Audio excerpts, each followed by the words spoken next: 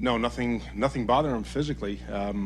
Uncharacteristic loss of command that we've been so accustomed to seeing Koji demonstrate on the mound. So, they're able to bunch some base runners. Felt like that was obviously the key inning in the game. But to say that there was something off with Koji other than his location, that was it here today.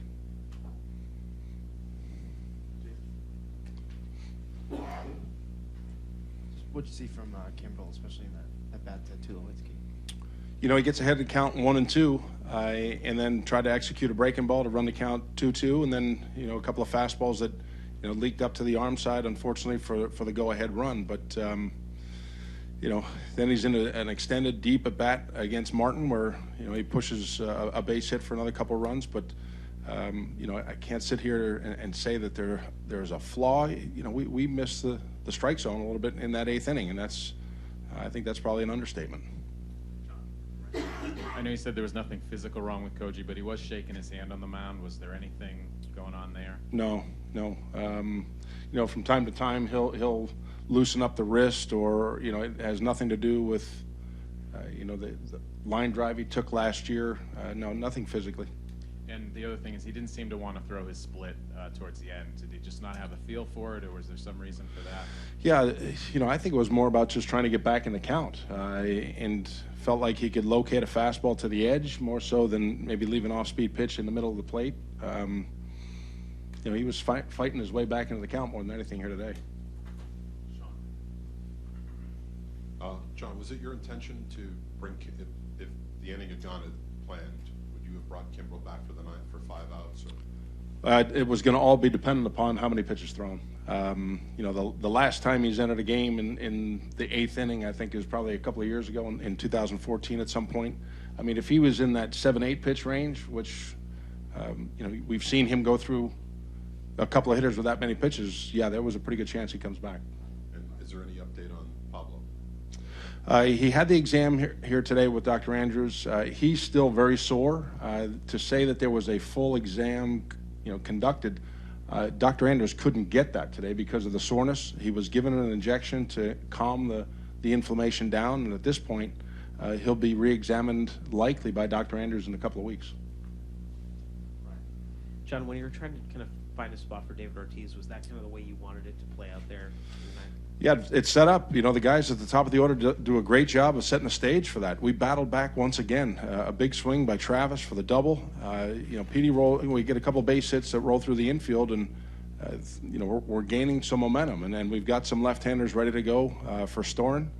He makes a quality pitch to get the two-seamer to come back and get him looking. But we continually mount innings when our back is against the wall, and that was the case again today.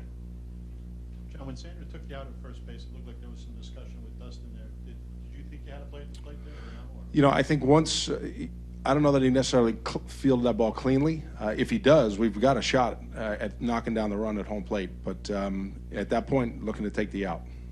There's so many strange things in that inning, the throw and the pass ball and all that. It just seemed like a lot of things all at one time. Yeah, there were some things that, contributed inside the inning.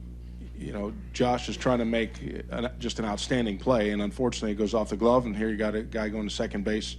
Uncharacteristic for Vasky to miss a ball. He was anticipating a bunt to bounce out and try to field a ball, anticipating a bunt being put down, and it goes off the tip of his glove. It just put guys in scoring position that, we're looking to get a strikeout in that spot and couldn't get it. John, bringing in Kimbrel when you did was basically the bad result, but the right decision. How often? Thank you. How often do you anticipate doing that this year, bringing in your best reliever in a high leverage situation prior to the ninth? Well, we've got roles established, and that's where the 7th, 8th, and 9th have been efficient. They've been successful. This is, I think, a little bit of a blip with Koji today. That bullpen group knows that they're there to pick one another up in certain situations, but the highest leverage inning clearly was the 8th, and hopefully we don't find ourselves in that spot too often. John, Carl Willis had said after Kimbrel's first outing at Fenway, he thought he was a little bit overhand. Is that something that you saw again today? No. You know, again, he's power oriented. We know that. You know, he's trying to throw pitches to the edge and not so much, you know, where he's looking to just go middle. He got ahead a couple of guys. He does a great job with Encarnacion. We're ahead 1-2 count with Tulowitzki, and that was the at bat right there where I can't say that there was overthrowing going on there to try to put him away, but you know, we let him back in the count, and that's the tough one. And with Pablo, so is he going to be basically inactive, just resting for the next couple of weeks until the second examination? Yeah, I don't see him being activated before the next exam. I mean, he's like not going to do anything. Again, that's our medical staff. I don't have any updated plan what would take place between now and his next exam.